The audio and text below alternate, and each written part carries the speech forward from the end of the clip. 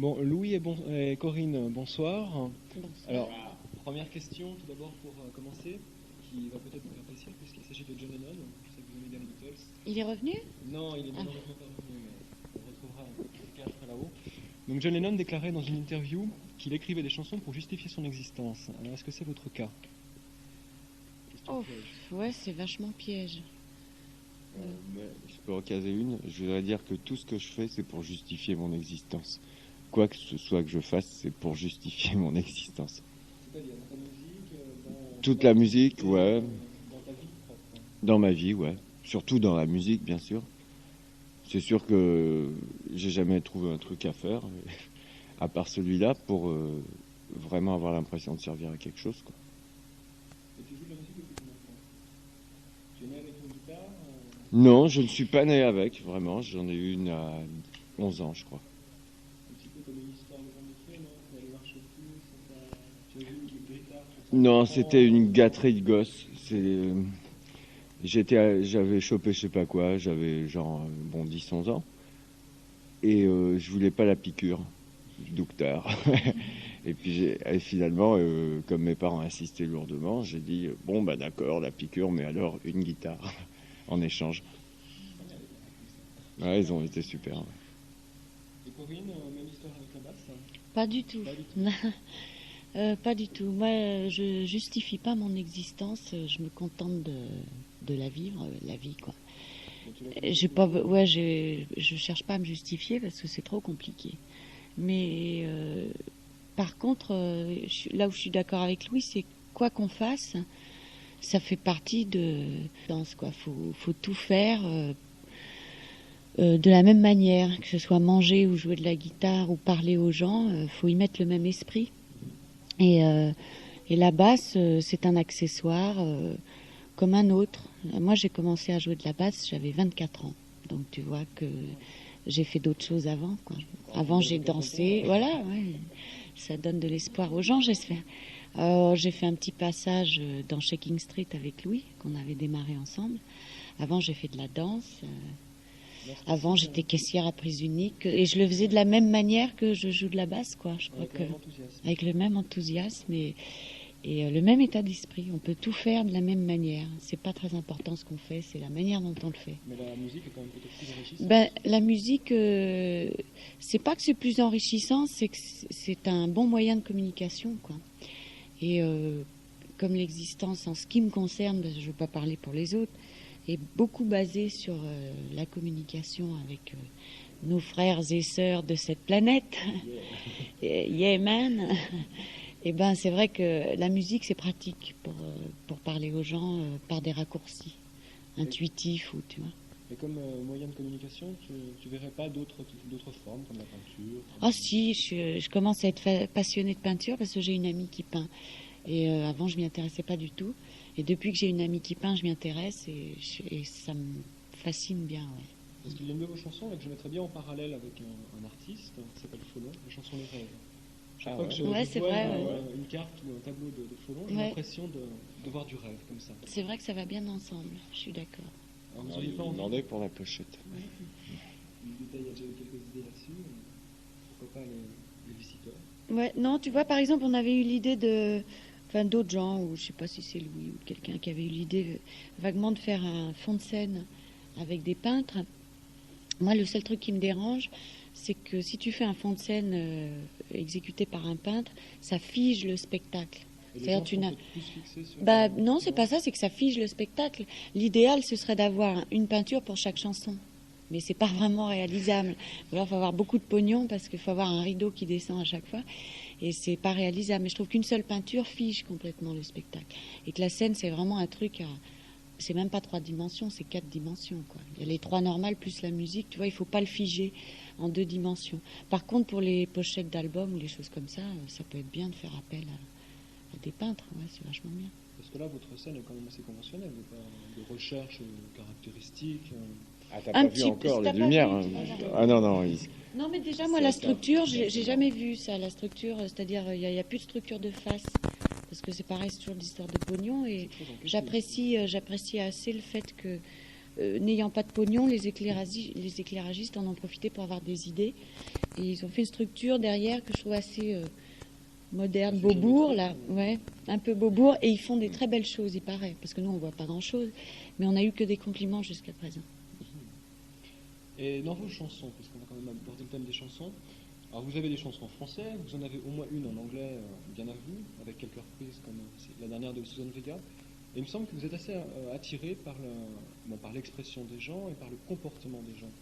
Bon, dans Anne est folle, les gens qui sont tristes et tout ça. Dans My Name is Luca, si on traduit, c'est l'histoire d'un enfant qui est battu. Est-ce que vous êtes bien attiré par ça et que vous faites exprès de faire des chansons là-dessus ou bon, ça arrive comme ça.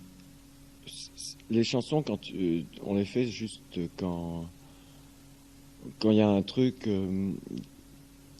qui nous passe par la tête plusieurs fois. C'est-à-dire que quand tu penses à une chose une fois par hasard, ok, tu l'oublies vite. Quand ça se reproduit 5-6 fois et dans la même semaine, tu dis putain, ça mérite vraiment de faire une chanson. Et quand j'ai écrit Anne est folle, c'était parce que j'en avais marre de voir tout ça, de voir tous ces politiciens parler. Ils parlaient tous les jours à la télé, j'en pouvais plus, tu vois. Et c'est pas fini. et chaque chanson, c'est comme ça, en général. Pour moi, c'est comme ça. Si ma gonzesse se barre, j'écrirai pas ces idées-là. Mais si elle se barre 3 fois dans la même semaine, ça me donne envie d'écrire, tu vois. Il faut que et ça peut être n'importe quoi. Alors bon, il se trouve que l'année folle, c'était ça, parce que ça m'emmerdait vraiment. Cendrillon, ça a été arrivé parce que tous les mecs, tous les couples autour de moi se cassaient sans arrêt. Tous les couples, et le mien aussi. Et j'ai eu envie de raconter une histoire d'un couple célèbre qui se sépare, quoi. Et toi ou Corinne ou les autres récitants, vous n'avez pas envie de faire partie d'un mouvement humanitaire? Des chansons qui peuvent être là-dessus, comme Amnesty International. On peut faire des chansons là-dessus quand on est concerné souvent, tu vois. Bon, si tu regardes souvent les actualités, tu peux avoir envie, s'il y a un sujet qui t'intéresse, de faire une chanson là-dessus. Je sais que Corinne est très branchée sur les œuvres humanitaires, qu'elle essaye de nous faire faire un maximum de concerts de cet esprit. Et c'est très bien. Faire des chansons. Hein, c'est pas pareil entre faire des chansons et participer à... Par exemple, là, on essaye de...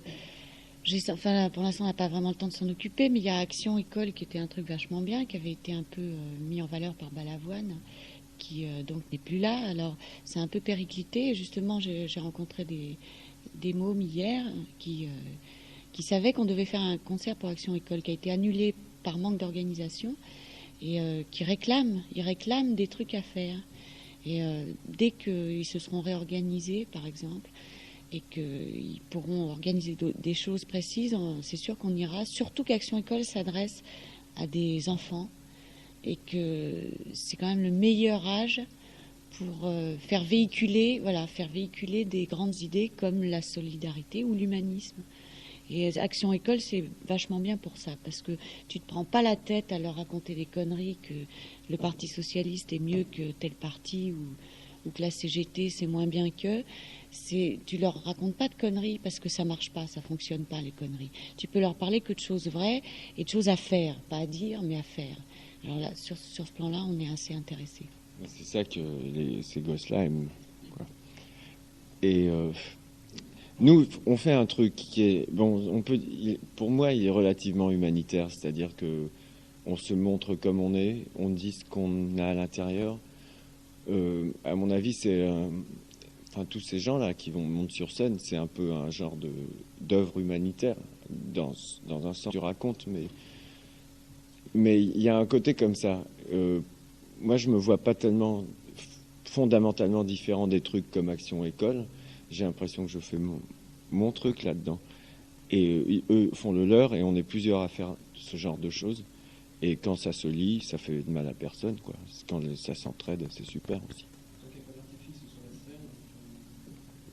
Vous jouez presque à cru, en fait. On joue à cru. Pour moi, on joue à cru. Et déjà montrer que 5 personnes, que ça soit d'origine différente comme on est, nous, ou même de la même origine, peuvent s'entendre pendant plusieurs années. Pour moi, c'est déjà... j'ai l'impression de montrer un petit quelque chose, quoi.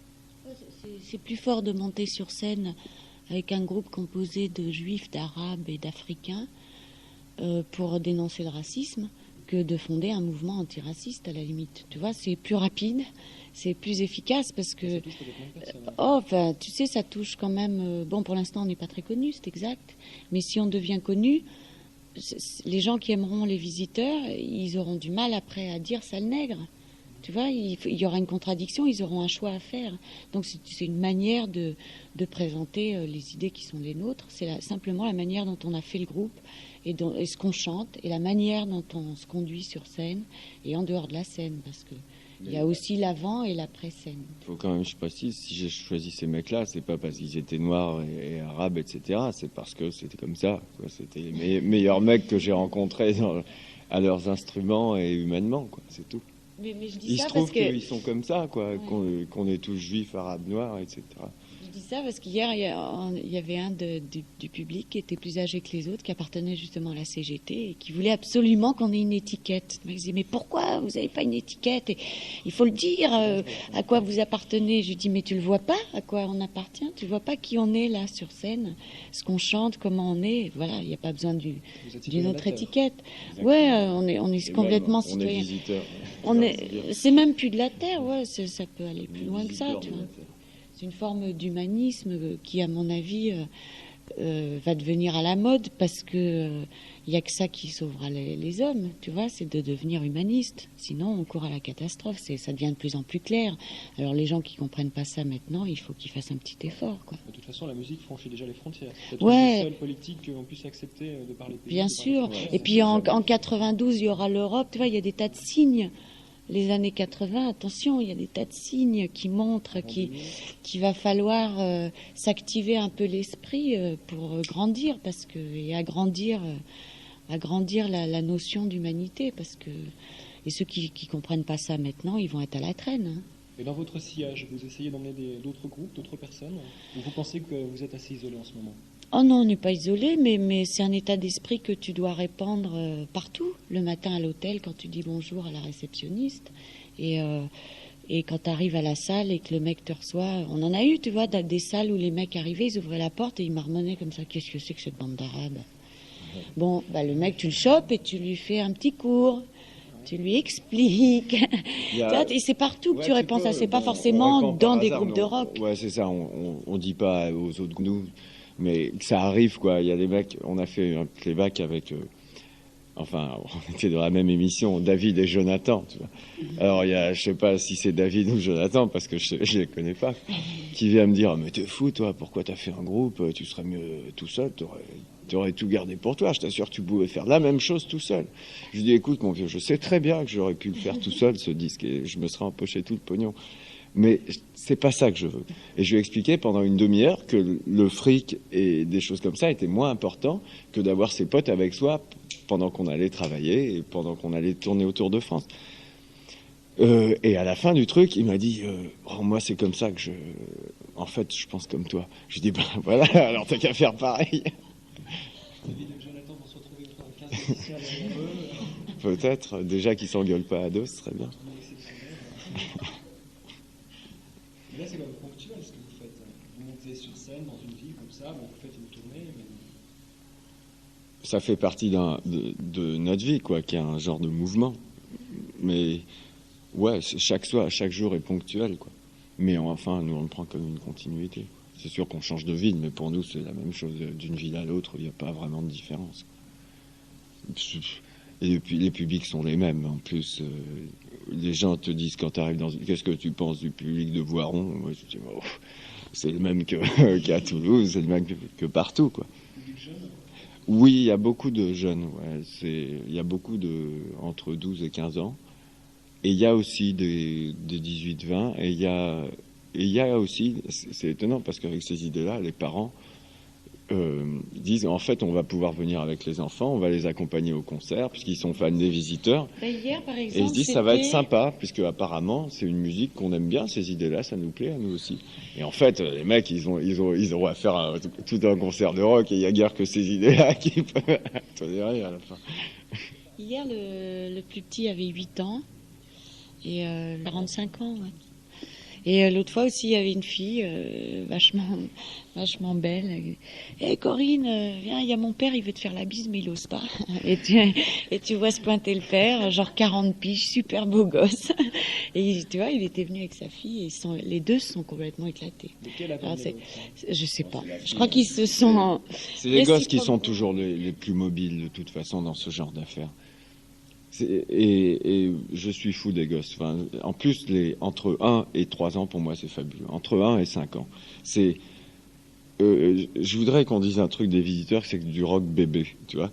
C'est ce que le téléphone, on disait c'est du rock adolescent. Je voudrais que les visiteurs, on dise c'est du rock de bébé. Ça me ferait vachement plaisir parce que je préfère vraiment les bébés aux ados. Enfin, comme esprit, ils ont beaucoup moins de problèmes, ils se donnent, il n'y a rien qui les bloque. Et j'essaye d'être un bébé, carrément. Je sais que ça vient quand on vieillit, mais j'essaye de l'être déjà, tu vois. Parce que là, pendant la répétition, comme s'il y avait apparemment comme ça. Ouais. On s'est un peu engueulé avec Corinne, mais c'est des accidents. Non, quand même pas, heureusement.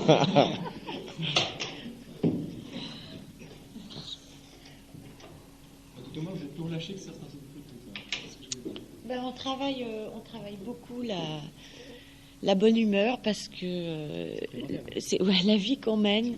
Si tu passes ton temps à t'envoyer chier les uns les autres, c'est invivable. Alors on cultive quand même la patience, la bonne humeur. On essaye de pas laisser ta gueule. On essaye de pas laisser traîner les flips, tu vois, les trucs qui risqueraient de bloquer. Ouais, c'est ça, très vite, le plus vite possible, qu'il n'y ait jamais rien qui reste dans la gorge, quoi. Et bon, alors pour les chansons, la Corinne, tu avais écrit avec téléphone le chat, et puis là tu t'es remis un petit peu avec les animaux, avec les bêtes. Est-ce que tu as quelques affinités avec Colette? Ah tiens, j'ai jamais pensé à ça. J'avais pensé à Brigitte Bardot. Brigitte Bardot, d'accord, mais... écoute, je dois avouer que bien que je lise beaucoup, c'est une lacune parce que j'ai jamais lu Colette. Tu te rends compte? À part à l'école, et de toute façon, je me suis tellement fait chier au lycée que tout ce qu'on m'a fait lire et apprendre, je me suis empressée de tout oublier. Donc je retourne à l'école depuis quelques années, mais mon école personnelle que j'invente moi-même, je fais les matières moi-même, les emplois du temps moi-même, et j'ai pas encore Colette dans mon emploi du temps. Mais je le mettrai. T'as raison de m'y faire penser. C'est une très bonne lecture. Ouais, sûrement, bien sûr. Et Lady Anne en anglais, pourquoi? Parce que je raconte l'histoire, puisque le micro est devant moi. Alors, je vais abréger. Vas-y. Je vais faire dire plus vite comme ça. Donc j'ai écrit cette chanson en anglais, comme plusieurs. Ça arrive souvent que j'écrive en anglais, comme Rêve était en anglais au début. Ça s'appelle Sticking to My Dreams. Et bon, donc Rêve, on s'est dit pour l'album français. Moi, je me suis dit quand même, faudrait chanter en français. Donc Rêve, j'ai traduit. Lady Anne, j'ai traduit, mais Lady Anne, j'ai fait écouter. Et ils m'ont dit, c'est pas terrible. Du coup, pris de colère, j'ai dit, j'en ai rien à foutre, on la laisse en anglais. Et voilà. Et ça vous plairait de chanter en d'autres langues que le français et l'anglais, peut-être en des dialectes? Oui, en Yorundi et en Wolof. Je sais déjà un peu le tahitien. Ouais. Mapua rikite wakakorua teiterima ineiva vaie. Tu vois, déjà? Joli. Ouais. C'est très insultant. Non, ce qu'il y a, c'est que ça pourrait être marrant. Ceci dit, c'est quelque chose qui devrait prendre 10 ou 15 ans pour être bien fait, parce qu'à mon avis, pour bien chanter dans une langue étrangère, il faut parfaitement ressentir ce que tu racontes. Bon, il se trouve qu'on est tous à peu près bilingues, français et anglais, donc on peut se permettre de chanter en anglais parce ça nous arrive de rêver en anglais, puis surtout on a été bercé par la musique anglo-saxonne, c'est-à-dire tout ce qu'on a aimé à l'âge où on aime très fort, c'est-à-dire quand on est adolescent, c'était du rock anglo-saxon. Donc c'est la logique même qu'on écrive en anglais. Non, moi je parle pas un mot d'espagnol, je me vois mal en train de chanter en espagnol, ou alors il faudrait que j'apprenne l'espagnol. Ou le japonais, je veux bien, mais il faudrait que j'apprenne le japonais pour vraiment sentir ce que je chante et pouvoir convaincre les gens. Mais tu vois, si j'avais pas fait de la musique, j'aurais adoré être interprète. J'aurais adoré apprendre plein de langues. Et les langues latines? Ah ouais, l'italien, génial, c'est vachement beau l'italien. Et L'italien, ouais, on voulait nous... je connais plein d'insultes en italien. On voulait qu'on fasse... Stronzo di la Madonna, vaffanculo. Ouais. Ma che cazzo, ma che cazzo. On devait faire ces idées-là en italien, c'était une idée de notre manager. Et moi, je suis tout à fait partant parce que ça sonne bien. C'est marrant d'apprendre une langue, même si tu comprends pas. Moi, je suis pas tout à fait comme Corinne à ce niveau, même si je la comprends pas. Les consonances. Et oui. Sur les disques, ça passe pas vraiment les gestes. Il y a quand même l'accent, il y a... Non, c'est très marrant. En plus, il y a des consonnes très marrantes, quoi. Et ça pêche bien, ça peut bien pêcher l'italien. Seulement, je connais pas un mot. Alors, si on me propose un jour une traduction de ces idées-là, je veux bien essayer de la chanter. Et ça m'éclaterait, mais pour l'instant, moi, je ne peux pas l'écrire. Parce que malheureusement, les groupes italiens ne sont pas très connus. Il y en a un qui s'appelle Litfiba qui commence à émerger, mais c'est très très beau. C'est même mieux que l'anglais. L'anglais, c'est trop mâché. Ouais, puis ça va, on a beaucoup l'habitude, quoi. Mais toi, tu parlais d'un album tout à l'heure en anglais. Vous allez sortir ça Vu qu'il y a quelques chansons qui sont en anglais, vu que ces idées-là aussi, à la demande générale, j'ai traduit en anglais. Bon, c'est plus ou moins bien. Et alors, je sais pas si ça se trouve dans l'album qui va sortir dans d'autres pays, il y aura peut-être des pays qui choisiront de prendre l'album avec les 3 versions anglaises. Parce que Trust avait sorti un album en anglais, qui n'avait pas très très bien marché. Non, mais il faut surtout pas en faire faire quelque chose de systématique.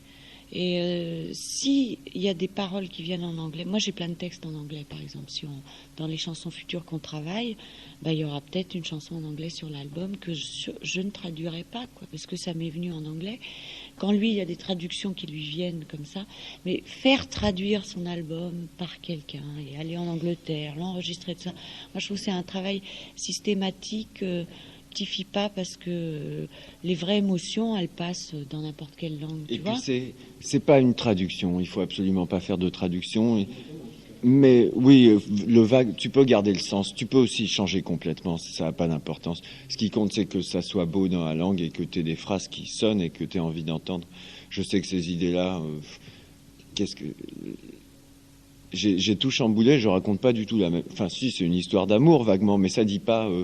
Pour dire je suis pas si fort que ça, à la fin ça dit pas I'm not that strong, you know, tu vois, parce que j'aurais pu le faire, mais tandis que tu dis I want you back, sweet little miss, ça dit je veux te revoir, petite jeune fille, quoi. Et I want you back, sweet little miss, c'est rentré dans ma tronche maintenant, je le sens comme ça. Et ça veut pas dire. Voilà, j'aime dire ces phrases, quoi, c'est pour ça. Ou il y a sûrement 2-3 phrases qu'il faut. Que je changerai si ça doit sortir. Parce qu'il y en a que... Quand tu fais une chanson, tu as un truc important, c'est-à-dire quelques bonnes lignes ou un truc comme ça, et puis tu remplis. Tu remplis comme tu peux au début. Et après, doucement, tu changes les phrases qui sont pourries et tu les remplaces par des trucs que tu sens, quoi. Mais ça peut prendre des mois. Il y a des chansons qui sont sur cet album et que vous allez interpréter sur scène qui ne plaisent pas à tous les membres du groupe. Vous êtes tous d'accord on les a, tout le monde a adopté. Oui, bien sûr. Ça, c'est indispensable. Est-ce qu'il peut quand même y en avoir un qui soit réticent? Non, les réticences, elles sont avant d'enregistrer. Et c'est des réticences en général que viennent les idées d'arrangement ou les idées de transformation. Mais une fois que c'est réglé et qu'on a enregistré, il n'y a plus de réticence du tout. Ça veut dire qu'une fois qu'on a enregistré, ça veut dire que c'est adopté par tout le monde. Bon, ceci dit, il y en aura peut-être, à force de jouer, je sais pas, le vide, peut-être, dans un an, ils vont me dire, il y en a marre du vide, ou moi je vais le dire, tu vois. Elle est courte, bon, alors ça rattrape. Mais... C'est pas des réticences sur le fond, c'est une lassitude. Ça, bien sûr, il y aura sûrement une lassitude au bout d'un moment. Hein. Et vous avez beaucoup de chansons sur scène? Il y a une vingtaine en tout. Ouais. Dont beaucoup de reprises? Il y a forcément des reprises. Il y a une chanson nouvelle que personne ne connaît, donc, puisqu'elle n'est pas sur l'album. Et le reste, oui, effectivement, c'est des reprises. Parce qu'il y avait Stand By Me, Luca, il y a du Beatles? Ouais. Ouais. un peu camouflé dans un, Non, les Beatles, mais rock. ouais, dans un pot pourri. Oui, enfin, Il y ils a un ont pot fait des pourri. slows aussi, quoi. Ouais. C'est pas les petites bis. Marc, ça me déplairait pas, hein. J'adore ces mecs, y a pas aucun malaise. Hendrix. Oui. Il y a Red House, oui. Oui. Mais enfin, j'aurais préféré. Enfin, les reprises, c'est bien de les changer souvent, quoi. Et sinon, tu t'en lasses, quoi. Parce que là, vous êtes quand même assez jeune d'esprit, tout au long sur les reprises. Stand By Me et Luca, c'est pas des chansons qui ont déjà 15 ans derrière elles. Bah, c'est justement, on voulait faire un petit effort de réactualisation des Oh, des on faisait reprises. Purple Rain Parce avant. que on faisait Purple Rain aussi. Parce qu'on avait des reprises quand même qui étaient toutes basées sur ce qu'on a aimé il y a 15 ans. Quand vous étiez jeune. Et on s'est dit, putain, quand même, tu vois, il y a des trucs qui sortent qui sont bien. Alors, effectivement, on a travaillé 2-3 reprises récentes, qui sont des belles chansons aussi. Musique, le rock en général, vous le voyez comment dans les années 2000? Avec beaucoup de reprises ou non, tout au moins au niveau de la musique? Tu sais, ça c'est quelque chose qui est très difficile à imaginer parce que la musique, avant tout, ça se joue, quoi. Ça se joue, Et c'est en la jouant Bon, que tu la crées. C'est un peu difficile dire d'imaginer ce ce que- qu'on fera dans 20 ans. Ce quand que même. t'aimerais. Moi, je peux dire ce que j'aimerais, tu vois, je peux pas dire ce que je ferais. Mais aujourd'hui, si je suis dans 20 ans, je peux dire ce que j'aimerais entendre. C'est sûr que moi, ça serait un peu. Il y aurait de l'esprit Beatles ou Motown dans le sens où il y aurait beaucoup de voix, beaucoup d'harmonie de voix et des belles mélodies qui auraient un rythme toujours assez basique, mais avec des sons techno, quoi, des sons de batterie, des choses comme ça, assez techno, pas Phil Collins, mais des sons étranges, quoi, que tu vois, que ça soit pas toujours le même son de caisse claire, toujours le même son de grosse caisse, qui est pas toujours forcément des cymbales, tu vois, que ça change un peu dans cet esprit-là, et que ça soit très, par rapport à ce qu'on entend aujourd'hui, que ça soit plus, comment on appelle ça, contrasté. Tu serais prêt à J'entends un truc. incorporer des vieux instruments qu'on n'utilise plus aujourd'hui? Ouais, que le clavecin, des choses comme ça. Oh, c'est merveilleux, ouais. De la harpe. Ouais, c'est merveilleux tout ça. Mais il y a vraiment moyen d'utiliser toutes ces choses-là avec dans un nouvel esprit, quoi. C'est-à-dire qu'une harpe, pas forcément. Oui, ça peut être une harpe qui accompagne comme ça fait d'habitude, mais ça peut être juste un putain de break de batterie, un silence total, et puis un coup de harpe et la batterie qui repart, tu vois, des choses comme ça. C'est comme ça que j'entends ça, ouais. J'entends un truc très fort, mais j'arrive pas à le jouer encore. Et tu crois pas que les médias, la promotion seraient contre ça? Parce qu'en ce moment, on est plutôt axé sur il faut que ça marche tout de suite, le succès, le plus commercial possible. Est-ce que tu crois pas qu'il y aurait un blocage? Je pense que à l'époque où j'arriverai à sortir ce que j'ai dans la tronche, ça sera un peu calme. Il y aura peut-être moins de blocage et peut-être si je serai sûrement pas le premier comme d'hab. Alors ça commencera déjà à être accepté. Mais je crois pas que ça soit anti-commercial ce que j'ai dans la tête. Au contraire, vraiment au contraire. Pour moi, c'est Beatles 2000, quoi. C'est pas anti-commercial, quoi. Et tu t'es fixé un certain nombre d'albums, un certain âge pour arrêter? Non, on verra ça. Je sais, j'ai rien fixé. Ben non, sinon je serais déjà Tu plus suis là. le monsieur. Si j'avais dû fixer un âge un peu sensé, je serais déjà plus là. Donc j'ai rien fixé. non. Je sais qu'on a signé avec Virgin pour 6 albums déjà.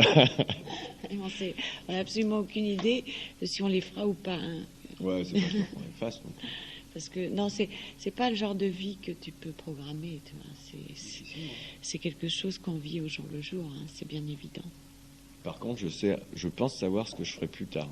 Ouais, je m'occuperai d'un groupe, je prendrai un groupe et j'essaierai de faire comment il s'appelle, Phil Spector ou George Martin. Enfin, je voudrais produire des mecs. Mais je voudrais les produire plus que quand tu prends un producteur aujourd'hui. Tu vois, quand tu prends un producteur, il vient la veille du jour d'entrée en studio et il s'en va le lendemain. Enfin, le lendemain du jour où tu es sorti. Non, c'est super pendant ce temps, mais je veux dire, produire, c'est plus, entre manager et produire, quoi. C'est aider les mecs à s'épanouir, quoi. Parce que À trouver un style, c'est un peu un style qu'on leur trouve. essayer de trouver leur style, les aider, Les quoi. gens que tu produirais ne seraient pas influencés par ton style? Bien sûr. Probablement. Ouais. Est-ce que ça pourrait pas nuire à leur musique alors? Maintenant, tu penses les grands producteurs, George Martin, il a complètement imposé son style aux Beatles et personne s'en est plaint. Non, tu vois, si je choisis un groupe... Pas mal quand même. Bon, le look sur scène, bon, il aura appris... Non, c'est pas le look sur scène, c'est au niveau du son. Non, il n'y a pas tellement... Non, c'est pas le look. Non, on dit beaucoup ça, mais c'est Glyn Quincy Jones nous il racontait que les Beatles avaient de telles personnalités Oui, que c'est eux qui faisaient tout, même le son de basse et tout ça. Et bon, évidemment, si tout ce que j'ai trouvé c'est un groupe assez merdique, ce sera déjà pas mal que je leur donne tout mon style, tu vois. Si par contre c'est des génies, eh ben j'essaierai d'aider tout leur génie d'exploiter tout leur génie. J'aurais même pas besoin de mon style pour ça. J'aurais juste besoin de bien les écouter et les aider à s'exprimer et à pas se bloquer entre eux, etc. C'est important ça, quoi. Si tout le monde disait ce qu'il avait à dire, enfin, je te raconte pas ce que la création où elle en serait aujourd'hui. Non, c'est toujours des histoires de blocage, quoi. Même tout seul, enfin, je veux dire, on n'est jamais mieux bloqué que par soi-même, quoi. Déjà. Bien sûr, ouais. Bien sûr, sinon la musique dont je te parle là, je la ferai tout de suite. Oui, bien sûr. Entre ce qui passe des fois avant de t'endormir dans la tronche, entre les musiques que tu imagines et celles qu'on fait, je peux affirmer que je suis bloqué, quoi. Et on est tous complètement, au niveau créatif en tout cas. Même Michael, ils sont tous complètement bloqués. Les Beatles l'étaient moins, si tu veux. À mon avis, il était nettement moins que les autres, mais c'est peut-être parce qu'ils avaient un mec comme ça. Un mec comme ça, ils avaient la transcendation, enfin avec le... Ils étaient poussés par tout le mouvement en Angleterre aussi. Oui. Ils se sont explosés la tête à l'acide, alors évidemment, ça décoince quelques boulons, quelquefois trop, bien mais sûr. eux, ils s'en sont bien sortis. C'est vrai qu'au début, ils faisaient pas grand-chose de plus que de faire des vieilles reprises, avec leur voix qui n'était pas spécialement mauvaise, qui n'était pas spécialement bonne, quoi. Mais pendant quelques années, ils ont fait que ça, quoi. Et le Batina quel visiteur pendant longtemps, encore pendant le tournée? Il nous reste quoi, 25 dates là pour l'instant? On rentre le 13 décembre à Paris, on produit un petit groupe. Et puis le 23, on part en vacances. On revient le 1er. On fait de la promo jusqu'au 20. Ouais, c'est très chiant, ça, c'est très pénible. Et après, on repart en tournée dans des villes plus grosses. Et à l'étranger? Non, en France. En France, l'étranger pour le C'est-à-dire que là, c'est une tournée de petites villes. Pour aller porter la bonne parole dans les fins fonds de la France. Et c'est vrai qu'on se fait des bleds, putain, on a l'impression que c'est le trou du cul du monde là-bas, hein. C'est dingue, hein.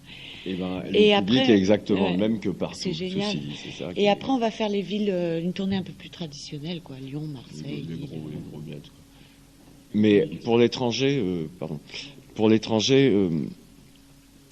ils disent tous que ça sert pas de tourner tant que ton disque n'est pas sorti. Parce qu'évidemment, pour eux, les tournées ne servent qu'à vendre des disques. Enfin, je parle des managers, des maisons de disques, etc. Donc, on ne tourne pas encore, mais les tractations sont en train de se faire. En principe, on aura signé dans la plupart des pays en rentrant de tournée, quoi. Donc, on espère. Moi, j'ai une envie de me tirer, j'ai une envie de voyager. Enfin, je dis pas que je suis pas bien ici, c'est super. Les bleds qu'on fait, c'est génial. Moi, tous les soirs, je m'exprime. Mais l'étranger aussi, j'adore ça. Parce que je suis persuadé que les mecs vont réagir pareil. Parce que ce qu'on fait, c'est surtout musical, quoi. Et votre communication avec le public, dès le début, il rentre en jeu, il communique avec vous? Oh, ça se passe assez vite, hein, ouais. Généralement, c'est... Troisième morceau. Chanson. Ouais. C'est-à-dire que les deux premiers, comme d'habitude, sont toujours un peu sacrifiés, le temps de faire le son, etc. Et après, c'est le troisième, c'est rêve. Et à la fin de rêve, on commence à improviser, on fait durer, on s'amuse. Et c'est là que c'est marrant, le public est très musicien, en fait. Ils adorent quand tu te barres et que tu improvises et quand c'est des ambiances propres à ce soir même. Et quand c'est pas travaillé, ils le sentent, quoi. Et on sait que dès la troisième chanson, c'est parti. Et après, bon, il y en a une qui est un blues, c'est Paradis, et ensuite ça attaque sur les bêtes, et à la fin des bêtes, on fait les cons encore une fois. Et là, bon, bah, ça y est, là on est parti. L'improvisation, la vie, Bah oui. c'est bien. L'instant présent. Ouais. Mais il y en a qui l'ont dit il y a 6000 ans déjà. Et qui le diront encore dans ces Ouais. Voilà.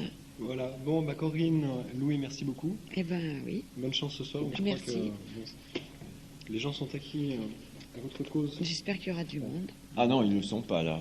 Ils le seront peut-être dans 2 ans, mais avant de monter sur scène, bon, on ne sait pas encore. Au 3e morceau, en principe, ça va, mais je ne veux pas parler trop vite. Jawohl. Oui. Fréquence horizon. Tant qu'il y a les visiteurs, Louis, Corinne, Fréquence Horizon, on est heureux. Salut, c'est une visiteuse venue se balader sur Fréquence Horizon. Et le visiteur s'appelle Louis, et c'est 100.2, il me semble.